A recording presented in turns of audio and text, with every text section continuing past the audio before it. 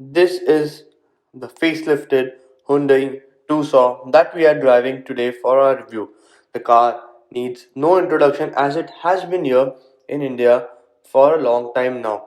So let's get started with the review directly and let's get to know the car well to tell you the pros and cons of owning this huge SUV.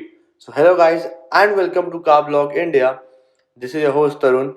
Let's get started with the review.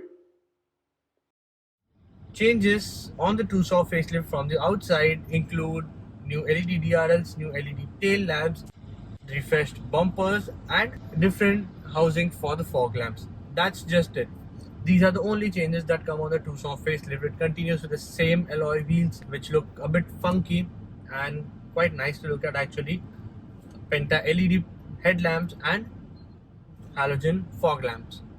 In terms of styling, I have to say the Hyundai Tucson stands out uh, in comparison to all the other cars that Hyundai has in India. Mainly, the Tucson feels a bit European in design. It has certain European styling qualities that you see in premium cars. So, yes, it's a very handsome car. It looks very luxurious from the outside as well as from the inside. Inside the cabin, you get changes just a couple of ones. For example, you get new wireless charger and a new 8-inch freestanding touchscreen infotainment system that supports Android Auto, Apple CarPlay, voice assist, voice recognition, and also BlueLink technology, the internet car technology that Hyundai now offers on certain cars. So you have all the remote control options, remote operations, like starting the car, switching off the car, and switching on the ignition right from the comfort of your home or your office through your mobile phone. The cabin, although, feels a bit simple when you have to compare it to other Hyundai cars. For that instance, even the Creta, there are very few shiny things, very show-offy things that you can find inside. The cabin looks not at all cluttered. It looks very simple, very easy for the eyes to see, and plus you get a tons of features hidden inside this simple cabin. For instance, you get dual zone climate control, get two cup holders with grips at the front, then you get the wireless charger, you get a huge panoramic sunroof, auto dimming IRVM, a nice steering wheel with steering mounted audio controls, automatic headlamps, rain sensing wipers, electronic parking brake, drive modes, auto hold tech feature, and lots more. In terms of safety, it gets a rear parking camera with front and rear parking sensors, 7 airbags, electronic stability program, electronic traction control, and again lots more. Although I would have liked a 360-degree camera since it's a very costly car, and in cars probably like around 10 to 15 lakhs as well, you are getting that same feature. Now I am on the driver's seat and I can tell you that the seat is very comfortable, very adjusting, very accustoming, and the side support for my back is adequate. The under thigh support is also quite adequate. Moreover, I will be taking this car for some long distance trips because the seat is so comfortable that I can be seated at a stretch for more than 6 to 7 hours easily. Further, one of the biggest highlights of the Tucson is the roomy cabin, spacious cabin, that too seated at the back. So, time to check out what it has to offer at the back. Yes, the back space has to be one of the biggest highlights of the Tucson. As you can see, I have plenty of room over here. Although the seats are a bit lower in height, they are a bit lower placed, and because of that, the view of the window is a bit restricted. It's quite wide, but it just comes on my shoulder level. So for someone who is shorter than me, they might have a problem with the viewing. And as you can see, I have plenty of head space to spare, plenty of knee space to spare. The under thigh support is also quite good. At the back you have blowers and not an AC vent. They are just blowers, and also you have a USB charger. As you can see, the panoramic sunroof starts right from here and goes on till center console. It's quite big, actually quite big, and because of that, the cabin just feels quite roomy, quite airy, and it's actually equal joy to be seated at the back as well. Moving on to its driving aspect, the Hyundai Tucson is offered with two engines, a 2-liter petrol and a 2-liter turbo diesel. The one that we are driving is the turbo diesel one. It produces 185 PS and 408 Newton meters of peak torque. Both the engines come paired with a 8-speed torque converter automatic gearbox. Drivetrain options include a two-wheel drive and a four-wheel drive, and the one that we have is the four-wheel drive one, the top-end variant. Also, four-wheel drive is only offered with the diesel engine. So, if you have to ask me what are my first impressions of the car, well, that came very early in just a couple of kilometers of me driving. In short, the engine is definitely fun to drive to some level, but the engine specifically is not performance focused to that extent. It has enough grunt at all RPM levels. It has decent pulling power, but is still not that peppy. Does not feel that punchy enough. Moreover, the engine has a very strong low end torque and mid range torque, as you get the top end RPM, the peak torque flowing in right at about 2500 RPM itself.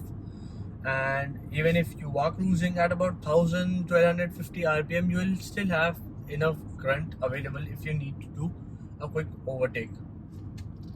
Best it will be suited if you just cruise at about 2000 rpm, and you will be completely fine. You will still reach triple digit speeds very easily. I'm saying it again, the car is definitely somewhat fun to drive, but the engine is better off if you are cruising down at high speeds, really high speeds. It has amazing cruising capabilities. Continuing cruising at high speeds, or even for that matter, just commuting in the city traffic. Because of that generous low end torque, commuting in the city with this SUV is not at all a difficult task. Although the dimensions make it a bit of a difficult task to roam around in the city. On the papers, the car is just about 4.5 meters long, but in real life, when you are driving it, it just feels like that's not possible.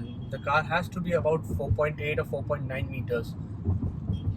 The gearbox over here is a 8-speed torque converter, and it has been quite well paired, quite well mated with this engine. The engine gearbox combination is quite likable. The gear shifts are real nice, not at all jerky, no in gear shifting lags found, and it's very smooth to operate. Plus, you have the option of switching it to the manual mode, the plus and minus mode. That coupled up with the sport mode will take out all your driving spirits and let you have your adrenaline rush.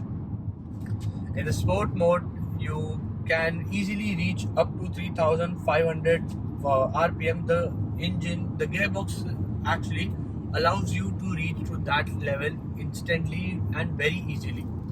Post 3500 RPM, that's when the gear shifts occur in sport mode.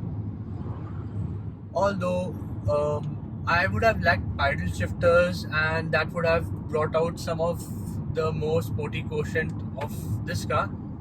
However, even without that, it's still better off. Now, coming on to the other two modes that it has, the comfort and eco. In the comfort and eco mode, you won't find much difference in terms of throttle response and in terms of even the gear shifting experience. There's just a bit of about 500 rpm in terms of gear shifting. The sport mode, the comfort mode changes gears at about 2000 rpm, and the eco mode changes gears at about 750 rpm, depending on the speed that you are at. Another thing that I've liked about this engine gearbox combination is that they are so well mated to each other that even if you decide to go flat out in just a fraction of seconds, the gears shift down quickly. You have the revs up high, and off you go. It does not take that much time to lower the gears and increase the speed. But I would still suggest it would be best suited if you take this car, drive it calmly in a relaxed way. That way you will enjoy this car, and of course you'll be getting some high fuel efficiency figures. And that also brings me to the handling part of this car. It's quite agile to drive. Steering wheel is ultra light. It's easy to put in tight parking spots, take out of tight parking spots, and take some sharp turns with this car. And as you gain speed post 60 to 70 kilometers per hour, you instantly start gaining some weight additionally, which ensures that you have the high speed stability as well. However, as I told you, the car does not feel that compact as per its on paper dimensions. The body roll is well in control, and even the handling for that matter is quite good. But something coupled up with the sport mode in terms of handling would have felt it as a better package and would have given me a sporty quotient of this car. The suspension seems very well planted, very plush. The ride is very good, and it absorbs most of the potholes, most of the undulations that you throw at it very easily. Even if you are going at high speeds or low speeds and you are in the city, you are on highways, you need not worry about the potholes because all the passengers, front and the people at the back, all will feel comfortable, even if you are going on some undulations. And that said, the noise of the suspension is barely heard inside the car. The cabin insulation is another thing that I've liked. You can hear some of the tire noise, but the road noise, the noise of the people banging their horns, that is not much audible inside this cabin. The engine noise is also not that much audible. The engine feels quite refined. Till 2000 RPM, you can barely hear the engine noise coming in. And if you have your AC and music playing, you won't even hear it until 2500 RPM. There's no roti exhaust to it, but yes, it does get dual exhaust tips. The diesel clatter is very less when standing on idle post 2500 RPM. Yes, the diesel clatter increases. However, at idle you can barely feel it. That's one of the greatest things about the new Hyundai diesel engines. I've driven a lot of Hyundai diesel cars till date, the old ones also and the new ones also, and I've found that there's a huge difference between the refinement. Lastly, talking about the braking part, the bite of the brakes is quite adequate. It gets disc brakes at all four wheels, so you have enough bite.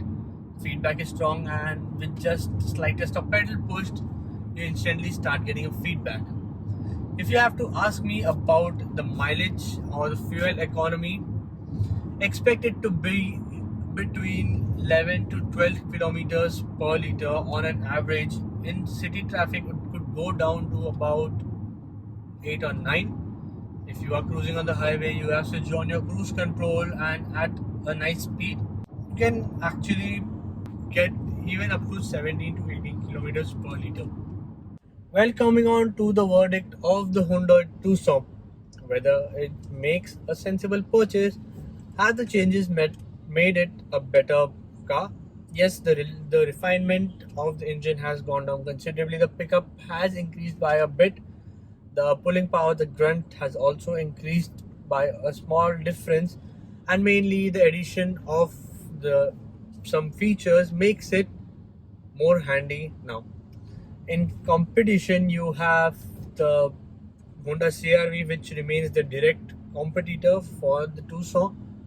The prices are the same. However, CR-V is a petrol-only SUV. It also comes with a 5-seater configuration. Earlier, it came with a diesel engine and a 7-seater configuration as well. But as the diesel engine was phased out due to the BS6 norms, the 7-seater configuration went down the lane as well. Other competitor for this car include the MG Hector and Tata Harrier. Both of them are somewhat similar in terms of dimensions but are priced considerably cheaper than the Tucson. The last remaining competitor in this price range is the Jeep Compass, which is a lot smaller than the Tucson but has some off-roading credentials added to its name. So if you have to ask me, why do I feel the Tucson is an underrated car? Well, for one reason is that it is actually an overall rounded package. You have adequate performance, you have a lot of comfort for people sitting at the back or people sitting at the front, and also you have a lot of features at your hand. It is a nicely rounded off package, which you can say appeals to me definitely. Although its pricing starts from rupees 22.30 lakhs going up to around 27 lakhs ex showroom, which makes it a pricey affair. If you buy the top end variant, its on-road prices will definitely cross 30 lakhs, and with just putting a couple of lakhs extra, you might probably get the Fortuner or the Endeavor, which is bigger, more capable, and has the certain off-roading credentials as well. Despite it getting a four-wheel drive, the Tucson remains a soft roader, but the addition of a four-wheel drive ensures that there's enough power on all the wheels present, and that basically improves the pickup and the pulling power of the Tucson. So if you have to ask me, does it make for a sensible purchase or not? Yes, it makes for a sensible purchase, but only if you are buying probably the mid-spec variant of this car. Not the petrol, the diesel mid-spec variant. The top-end one feels a bit pricey and a bit out of the hand, but the mid-spec variant is still decent price, and for that you get a lot of features, and also the back seat over here is quite comfortable. This can easily fit as a chauffeur-driven car and also as a car which you personally would like to drive. So if you have any more questions, any more doubts regarding the Hyundai Tucson, then please let us know in the comment section below. We'll be happy to solve all your doubts regarding this car. And if you liked watching this video, give us a thumbs up, share this video, and subscribe to Car Blog India for more such car reviews and bike reviews. This was your host Tarun speaking with the Hyundai Tucson. Thanks for watching this video.